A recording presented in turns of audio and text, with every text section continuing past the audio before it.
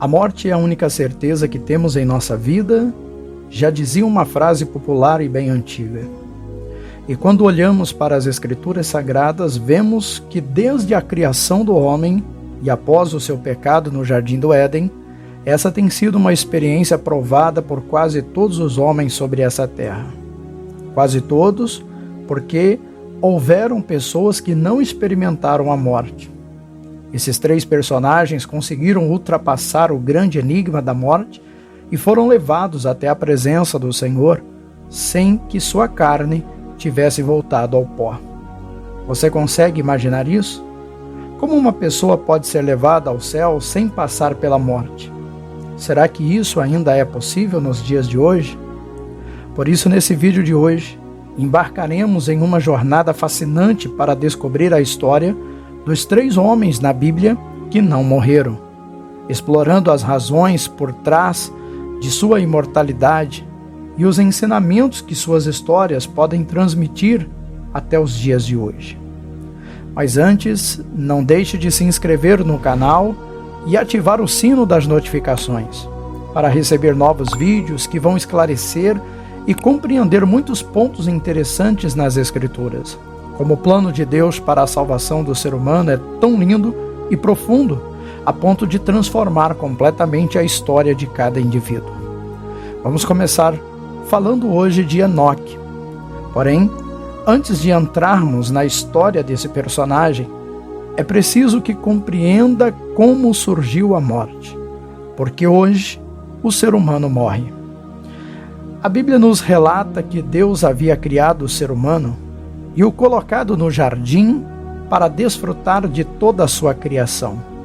Porém, ele não podia comer do fruto da árvore que estava no meio do jardim. Veja o que está escrito em Gênesis capítulo 2, do verso 15 a 17. E tomou o Senhor Deus o homem e o pôs no jardim do Éden para o lavrar e o guardar. E ordenou o Senhor Deus ao homem, dizendo: de toda árvore do jardim comerás livremente, mas da árvore do conhecimento do bem e do mal, dela não comerás. Porque no dia em que dela comerdes, certamente morrerás.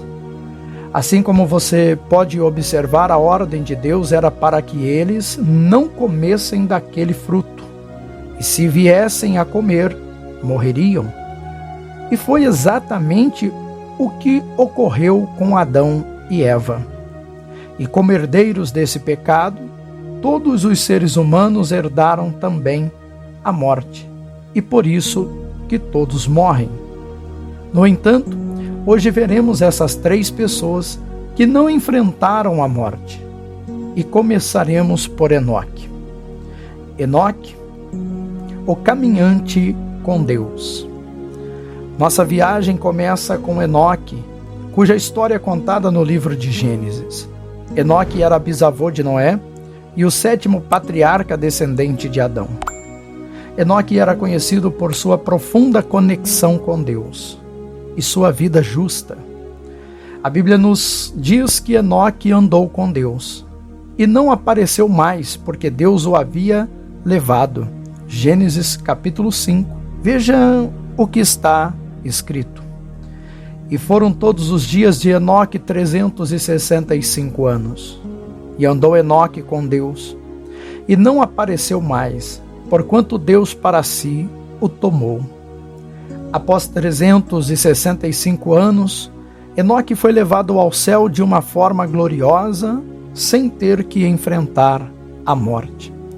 A peculiaridade da vida de Enoque está em sua partida incomum da terra, não enfrentando a morte como a maioria dos seres humanos. Sua trajetória inspira uma reflexão sobre a intimidade com Deus e a possibilidade de uma comunhão tão profunda que transcende a própria morte. O segundo personagem é o profeta Elias. Elias, o profeta do fogo. O segundo homem imortal que encontramos é o profeta Elias. Sua história é narrada no primeiro livro dos Reis E esse profeta que viveu num tempo em que a terra estava tomada pela apostasia, onde havia um rei chamado Acabe, cuja esposa chamada Jezabel causavam terrores sobre a face da terra. Elias foi tremendamente usado por Deus para confrontar aquela cultura de pecados e ofensas ao Criador. Sua trajetória é marcada por confrontos corajosos, destemidos, previsões precisas e uma fidelidade inabalável a Deus. A figura de Elias nos ensina sobre o poder da fé, a importância de permanecer firme mesmo diante das adversidades e a conexão profunda entre a vontade de Deus e a missão humana. Elias não experimentou a morte da maneira convencional. Em vez disso, foi levado ao céu em um redemoinho de fogo.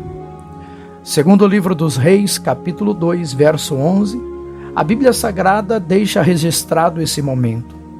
E sucedeu que, indo eles andando e falando, eis que um carro de fogo com cavalos de fogo os separou um do outro, e Elias subiu ao céu num redemoinho. Conhecido pelo seu confronto com os 450 profetas de Baal no Monte Carmelo, Elias mantinha uma conexão com Deus impressionante. E naquele episódio ele obtém uma grande vitória, mostrando que somente o Senhor era Deus.